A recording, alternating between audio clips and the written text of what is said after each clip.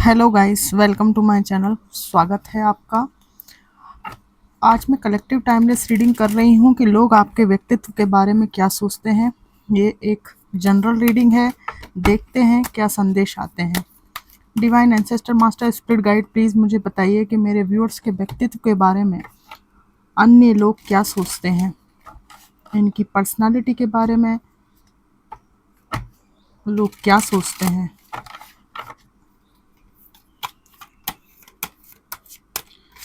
Divine ancestor master spirit guide, please मेरे viewers के बारे में, उनकी पर्सनालिटी के बारे में लोग क्या सोचते हैं, इसके लिए मुझे मैसेज दीजिए, गाइड कीजिए। पहली बात तो आपको एक फैमिली पर्सन और साथ में एक गुरु और कुछ लोगों के लिए यहाँ हो सकता है कि बहुत ही ज़्यादा शिक्षित व्यक्ति के रूप में देखा जाता है। समटाइम्स लोगों को आप बहुत ऐसा लगता है कि लाइफ में बहुत कुछ चीज़ों को एक साथ मैनेज कर रहे हैं और इस मैनेजमेंट में आप जनरली सफल देखे जाते हैं। बहुत स्ट्रगल करते हैं आप ये मैनेजमेंट के लिए और इसको आप बखूबी कर भी पा रहे हैं। यहाँ पर लोग आपके व्यक्तित्व के बारे में ये भी सोचते हैं कि जो भी चीज़ें लाइफ में आपको डिज़र्व नहीं करती उनको आप छोड़कर आगे की ओर निकलना पसंद करते हैं। आप जीवन में कभी भी स्टक नहीं रहना चाहते और ये आगे निकलना आपका आपके परिवार के साथ होता है। ऐसा नहीं कि केवल आप अपने आप को परिस्थितियों से और टॉक्सिक चीज़ों से बचा कर रखना चाहते हैं, बल्कि आप अपने परिवार को भी प्रोटेक्ट रखने वाले इंसान हो। आपके व्यक्तित्व के बारे में लोग ये सोचते हैं कि चाहे कितना भी दुख आपके जीवन में हुआ हो, आप जो है अपनी बाहरी पर्सनालिटी से उसको प्रकट नहीं होने देते। जबकि आप रातों में बहुत परेशान होते हैं, बहुत ज़्यादा एकांत में समय बिताते हैं। आपकी आँखों में, आपकी नज़रों में वो पीड़ा और दर्द लोगों को दिखाई देता है।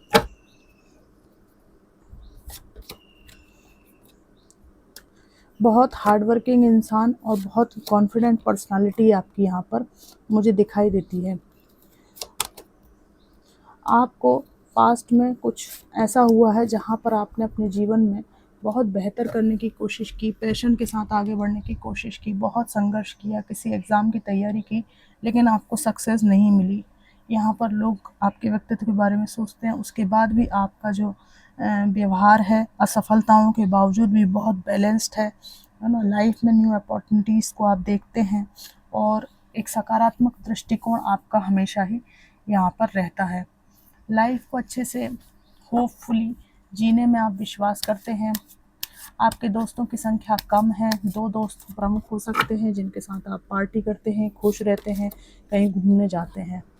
आपके व्यक्तित्व के बारे में एक बात ये भी है कि जीवन में कितना ही आपको धोखा मिला हो, परेशानी मिली हो, लेकिन आशा की किरण खोजने में आपकी विशेष रुचि होती है। आपका जो माइंडसेट है वो प्रॉब्लम सॉल्विंग अप्रोच है।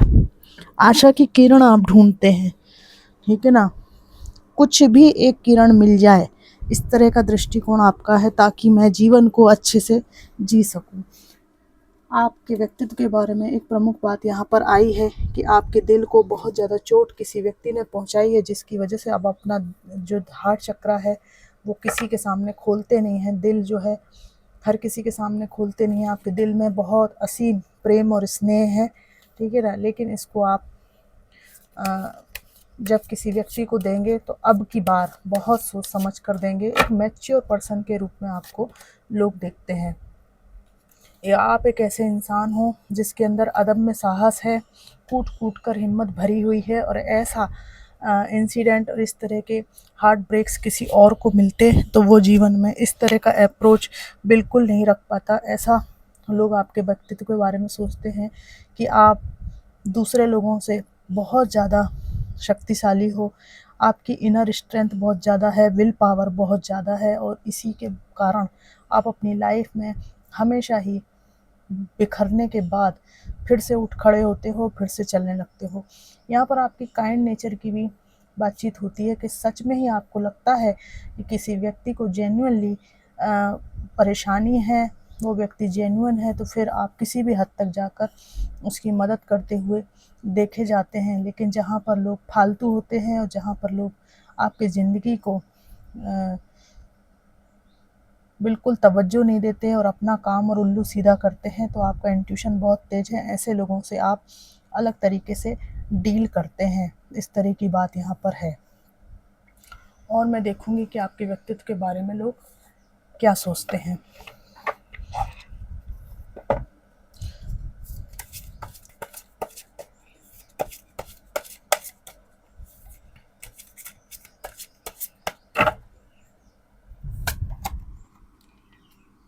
आपने अपनी लाइफ में स्ट्रगल बहुत किया है और अभी आपका ऐसा है कि भाई स्ट्रगल मैंने किया है तो उसके फल जो है मुझे अब शांति से खाने हैं, मुझे अब कोई टॉक्सिसिटी लाइफ में नहीं चाहिए। तो आपका व्यक्तित्व ऐसा है कि बिल्कुल साफ़ सुथरा है, आपके थॉट्स बिल्कुल क्लियर हैं कि अभी आपको ज़िंदगी से क्या चाहिए। यहाँ पर आप अपनी लाइफ में फालतू लोगों को बिल्कुल भी बर्दाश्त नहीं करते हो। यहाँ पर क्वीन ऑफ सोर्ड्स का कार्ड है, ठीक है ना। आप अपने सफलता के शिखर पर पहुँचेंगे और इसके लिए कई लोग पहुँच भी चुके हैं। और इसके लिए आपने सबसे पहले जो निरर्थक चीज़ें होती हैं, व्यर्थ चीज़ें होती हैं, व्यर्थ की बकवास होती है और मैनिपुलेटिव लोग होते हैं, उन सबको अपनी ज़िंदगी से काट के अलग कर दिया है। और आपके व्यक्तित्व के बारे में लोग सोचते हैं कि आप बहुत तेज़ हो नेचर के, ठीक है। और यहाँ पर आपके अंदर एक ऐसी बात भी है कि आप अपने एकांत में, चुप्पी में बहुत आत्मचिंतन करते हो और बहुत डीप थिंकर के रूप में लोग देखते हैं। आपकी जो आँखें हैं, आप में से कई लोगों की आँखें ऐसी हो सकती हैं जिनमें गहराई बहुत झलकती है।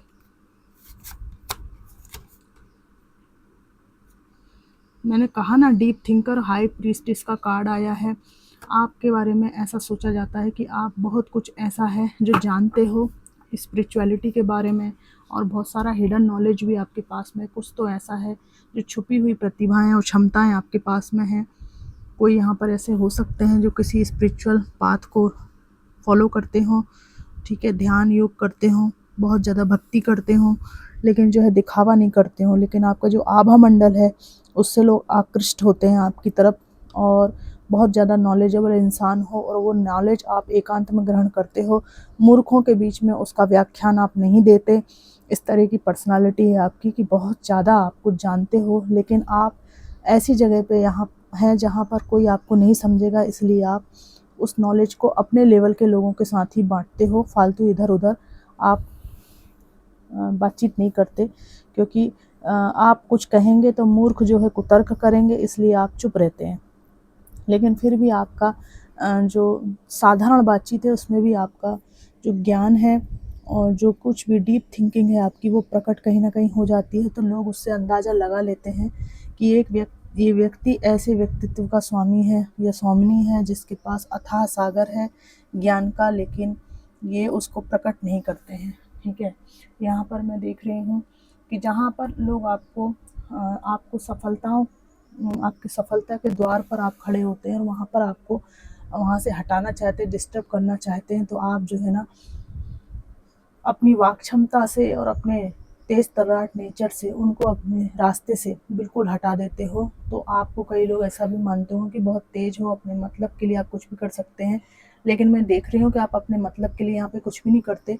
आप अपने जीवन में अपना रास्ता चूज़ करते हैं और लोग वहाँ पे बाधा क्रिएट करते हैं, तो इसलिए आप क्वीन ऑफ सोर्ड्स या किंग ऑफ सोर्ड्स की एनर्जी में आ जाते हैं। तो ये तो हर व्यक्ति को करना ही होगा, अपने पथ की बाधाओं को, गलत लोगों को हटाना ही होगा।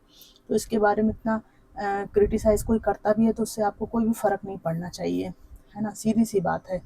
हम अपने पथ पर सही हैं और उस पथ पे कोई अननेसेसरी जेलेसी करके बाधा उत्पन्न करे तो उसको तो हटाया ही जाएगा। तो इस तरह का यहाँ पर आपका व्यक्तित्व मैं देख रही हूँ। इसके अलावा मैं यहाँ देख रही हूँ कि आपके जीवन में हमेशा ही ऐसा हुआ है कि आपने बहुत मेहनत की है किसी कार्य के लिए, क्रेडिट कोई और ले गया है, तो अभी आप बहुत ज़्यादा इस मामले में मैच्योर हो गए हैं, समझदार हो गए हैं। आपको मालूम है कि अगर आप काम करते हैं तो उसका जो है फल आपको संभाल कर रखना है, उसका क्रेडिट भी आपको फिर लेना आप डिज़र्व करते हैं। और आपके मेहनत का स्वाद आपको और आपके जो चहेते लोग हैं उनको मिलना चाहिए, जो कि डिज़र्व करते हैं। और इसलिए आप उनके प्रति, अपने धन के प्रति, संपत्ति के प्रति, पैसे के प्रति, अपने परिवार के प्रति बहुत प्रोटेक्टिव हो। और इसलिए आप सोच लेते हो कि यार मतलब मैं जब सबसे दुख के समय में था या थी तो मेरे साथ कोई नहीं था। तो हर्मिट की जो एनर्जी है उसमें आप अक्सर चले जाते हो। आपके व्यक्तित्व के बारे में एक एकांत वाली वाइब्रेशन आती है कि बहुत सोचते हो आप अकेले में, और आपका मन जो है किसी में नहीं लगता। कई लोगों ने आपको ट्रायल करने की कोशिश करी है, ग्रीन सिग्नल दिए हैं रिश्ते में आने के लिए, लेकिन आप जो है इतने पारखी नज़र हो कि लोगों को लगता है कि आपको अप्रोच करके अपनी बेइज्जती करवाना है।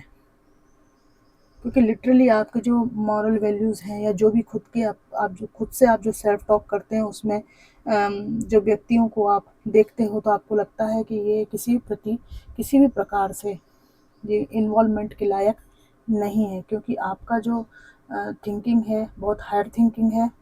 उसको अहंकार नहीं कहेंगे, उसको डीप थिंकर। तो जीवन साथी भी ऐसा ही मिले आपको, है ना।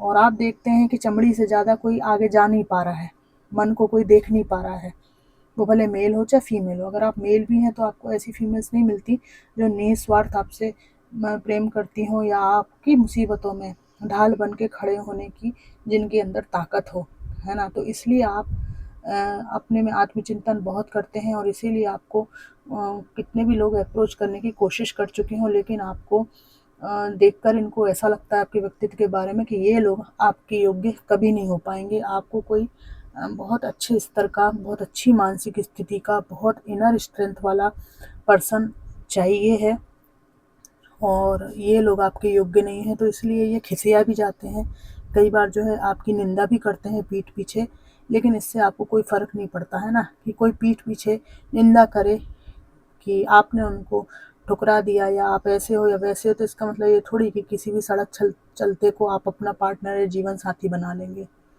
है ना। ये तो स्वाभाविक घटना है कि भाई मुझे जो चीज़ पसंद नहीं, मुझे मेरी वाइब्रेशन से जो मैच नहीं करता तो उसको तो मैं मना करूँगा ही। अब वो उस बात के लिए मुझे बदनाम करे, मुझे परेशानी उत्पन्न करे या मेरे बारे में र्यूमर्स फैलाए, तो उसमें मैं कुछ भी नहीं कर सकता।